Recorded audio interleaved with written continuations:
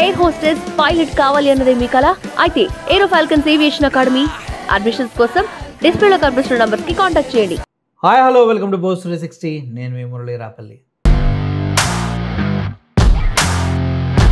కూటమి ప్రభుత్వం అధికారంలోకి వచ్చిన దగ్గర నుంచి వైఎస్ఆర్సీపీ నాయకులపైన చేస్తున్న దాడులు, దారుణాలు, అక్రమ అరెస్టుల గురించి తెలియంది ఎవరికి లేదు. నిన్నటికి మొన్న కూడా కారుమూరి వెంకటరెడ్డి అనేటువంటి ఒక వైఎస్ఆర్సీపీ అధికార ప్రతినిధి పైన అనుచితంగా అరెస్ట్ చేసి తీసుకెళ్ళి జడ్జి గారి ముందు ప్రవేశపెట్టి చివరికి జడ్జి గారు తిట్టే తిట్లు భరించలేక సిఐ హోదాలో ఉండి కూడా తలదించుకుని నిల్చున్నటువంటి వ్యక్తి గురించి మనం విన్నాము. అటువంటి దారుణానికి తెరలేపినటువంటి కూటమి ప్రభుత్వ చేతకానితనాన్ని కూడా మనం చాలా దగ్గర నుంచి చూసాం. ఫైట్ అనేది ఫేర్ వార్గా ఉండాలి కానీ చేతకాక వెనక నుంచి దెబ్బతీయాలని చాలా ప్రయత్నించి కూడా బొక్కబొర్ల పడ్డటువంటి సంఘటన కారుమూరి వెంకటరెడ్డి గారి అరెస్టులో మనం చూసాం.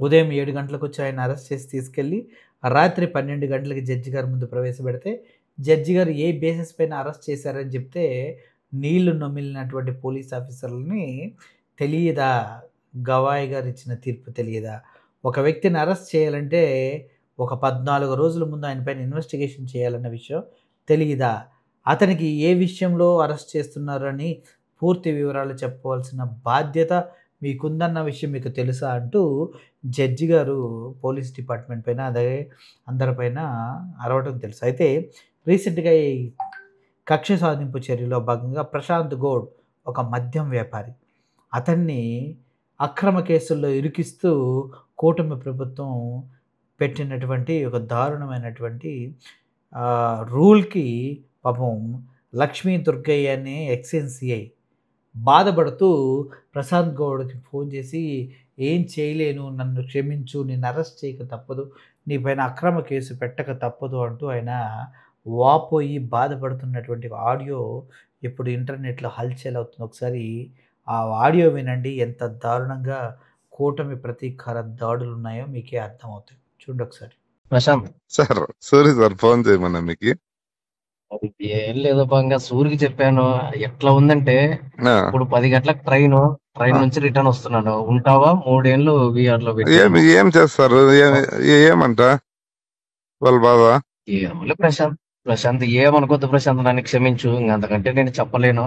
కాదు సార్, ఏంది నా మీద ఏందో ప్రైవేట్ కంప్లైంట్ పెట్టమన్నారంటే నేనేం చేశాను అంటే నాకు అర్థం కల్లా. ప్రైవేట్ కంప్లైంట్ అంటే ఏమి? ఏదంటే అదే అంటే ఇంక ఏదంటే తిట్టినాడు అనేది. ఇంకా మా షాప్ లే దొరికినాయా నాకే కాదు, ఇదో మా వాడు మా ఇల్లేడు తిట్టినావు అన్నట్లు అసలు లేదు ప్రశాంత్. మరి మా ఎస్ఐ ఏందేదో చెప్పినాడు, ఆ సెల్లులో ఏదో మాట్లాడినాడు సార్ అని. ఎవరికి చెప్పాలని ఆఫీసర్లకు చెప్పినాడు, వేరే వాళ్ళకి. నేనేం మాట్లాడినాను సెల్లులో? ఎవరికి మాట్లాడినాను? హలో, మీరేం మాట్లాడినారని లేదు ప్రశాంత్, మీరేం మాట్లాడినారని కూడా కాదు.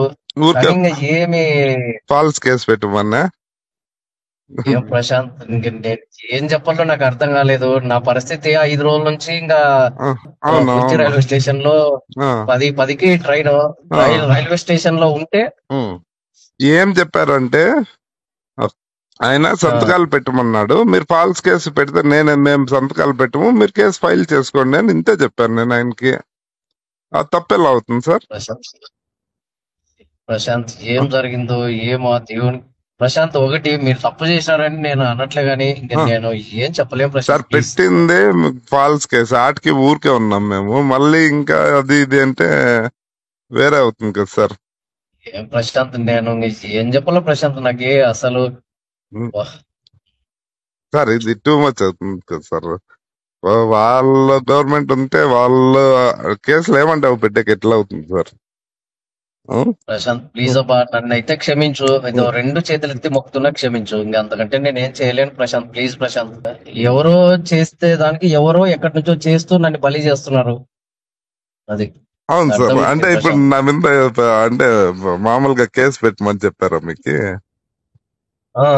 ఏమని? అసలుకి నేను మీరు కలిసిందే లేదు కదా సార్, ఏమని పెడతారు సార్? ప్రశాంత్ నాకు ఇంకా ఏం చెప్పాలో అర్థం కావట్లేదు ప్రశాంత్.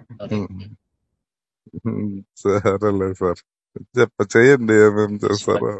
విన్నారు కదా, ఇటువంటి దారుణమైన వ్యవస్థలో మనం బ్రతుకుతున్నామంటే రేపొద్దున నిజంగా జగన్మోహన్ రెడ్డి గారి ప్రభుత్వం అధికారంలోకి వస్తే ఇప్పుడు కూటమి నాయకుల పరిస్థితి ఏమవుతుందో, వారిపైన ఎటువంటి చర్యలు తీసుకుంటారన్న విషయాన్ని గనక నేను ఆలోచిస్తే రాబోయే రోజుల్లో అదేదో ప్లేకార్డ్ పట్టుకుని రప్ప రప్ప అనడం కాదు.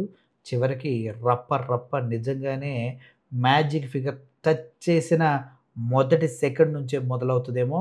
అటు పల్నాడులో ఊర్లకు ఊర్లు ఖాళీ చేసి సర్దుకొని పారిపోయే వాళ్ళు ఎంతమంది ఉన్నారో దయచేసి లెక్కేసుకోమని చెప్తూ, రాబోయే రోజుల్లో పల్నాడు, కడప, పులివెందుల ఈ ప్రాంతాల్లో, గుంటూరు పరిసర ప్రాంతాల్లో జరిగేటటువంటి ప్రతీకార చర్యలకి పారిపోయే నాయకుల్ని, పారిపోయే కార్యకర్తల్ని దయచేసి కాపాడుకోవాలని కూటమి ప్రభుత్వానికి విజ్ఞప్తి చేస్తూ సెలవు తీసుకుంటున్నాను. Thank you for watching this video. Murali signing off. Thank you so much. Air hostess, pilot కావాలి అన్నదే మీ కల అయితే aero falcons aviation academy admissions కోసం డిస్ప్లేలో కనిపిస్తున్న నంబర్కి కాంటాక్ట్ చేయండి.